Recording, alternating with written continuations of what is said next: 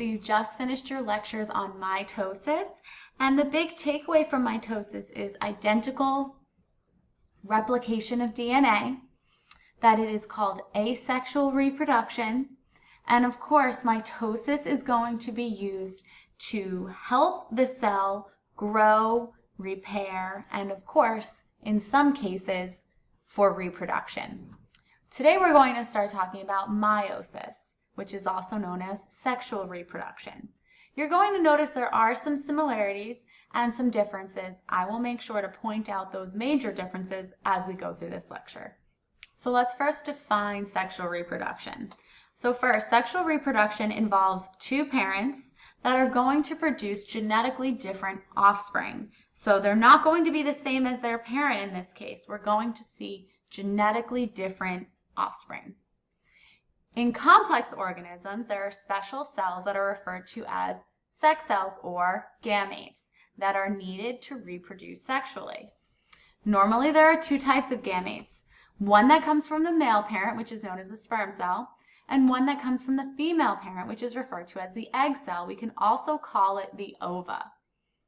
When these two cells are fused together, that means the sperm cell fuses to the egg cell. This is known as fertilization. And once fertilization has occurred, the cell that results is known as a zygote. Please remember that some plants can also do sexual reproduction, and pollen would be the sperm cells, which would fertilize the ovum, which is known as the egg cell. Switching gears over to karyotypes. So how do we look at chromosomes? Well, on the right, you're going to see a picture of a person's chromosomes, and it's known as a karyotype. So it's how we look at chromosomes. Chromosomes are isolated, stained, and examined underneath of a microscope, and the chromosomes are then lined up from largest to smallest. You'll notice there are 22 numbered pairs of chromosomes. These are called autosomes, and these code for other traits, not sex traits, and not sex of the person. The 23rd pair of chromosomes are the sex chromosomes, and they determine the individual's sex. So females have 2 X chromosomes, and males have 1 X and 1 Y chromosome.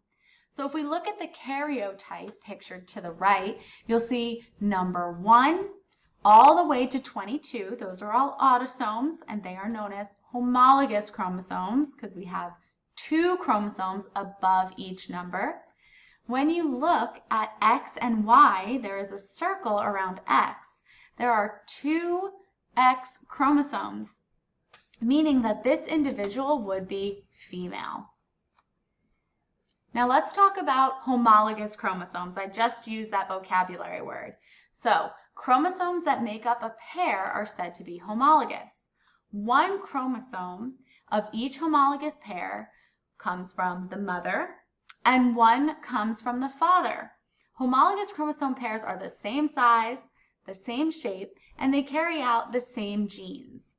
But the alleles for each trait may not be the same.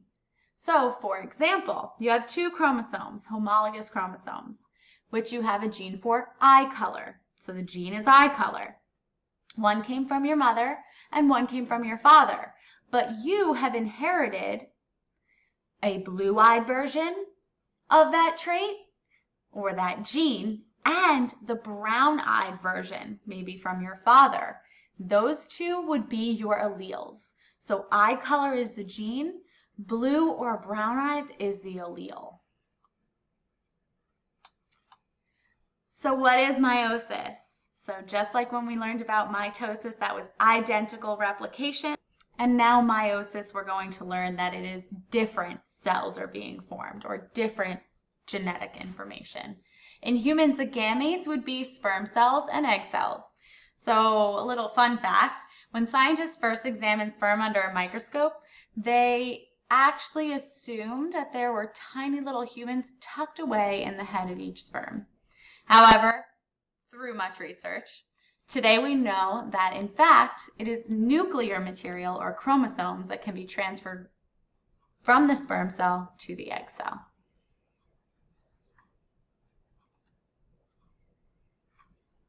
But why is meiosis important? Well, meiosis ensures that all produced organisms have the correct number of chromosomes for their species. Meiosis is also responsible for producing genetic variation, so that means differences in a species. Once the gametes combine, it results in offspring that are unique, so unique to one another. Offspring that are different from the parents and their siblings. So that means parents and other siblings, no one's going to be identical, with the exception of identical twins. So genetic variation increases a population and or the species' chance for survival. So an example, some individuals may have inherited a trait making them resistant to certain diseases or tolerant of certain conditions, which help them better survive in changing environments. All right, now, just like you learned about in mitosis, meiosis will be different, but it'll sound somewhat familiar. So meiosis is the process of cell division that reduces the chromosome number by half.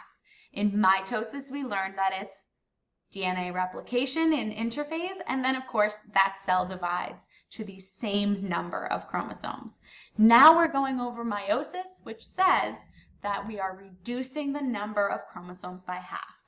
There are two cell divisions that occur. In mitosis, there was only one. Meiosis is known as reduction division because chromosomes replicate once during interphase.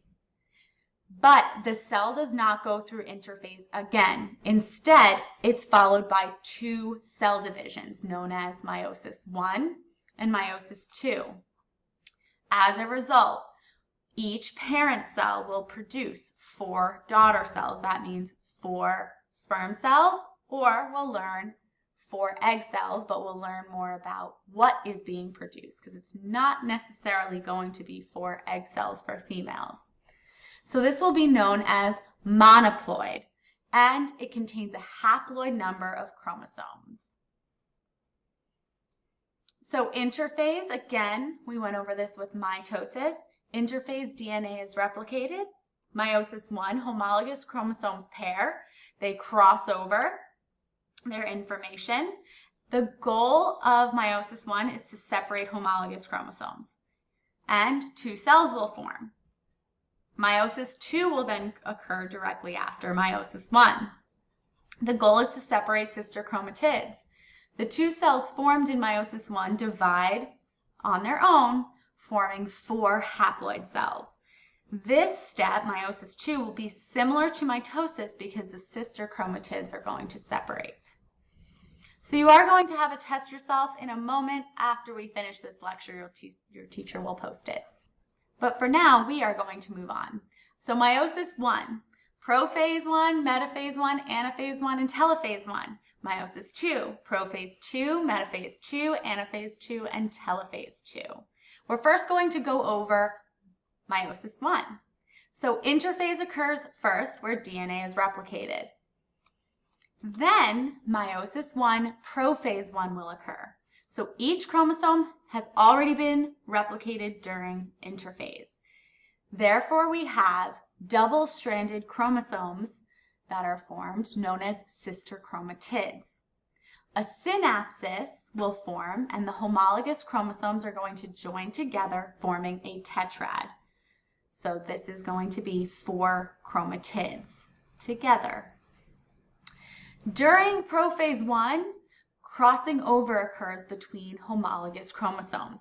That is the important fact you need to remember for meiosis 1, prophase 1, because it's important because this step increases genetic variation. So what is crossing over? Crossing over is a process where we're going to see homologous chromosomes exchanging their genetic material. So some genes that were originally on the father's chromosomes are now on the mother's chromosome and vice versa. So crossing over therefore helps the shuffling process, so mixing all of the genetic material up, and therefore increases genetic variation in a species. Then meiosis 1, metaphase 1 will occur. The tetrads will line up at the center of the cell, which is the equator, so the metaphasal plate.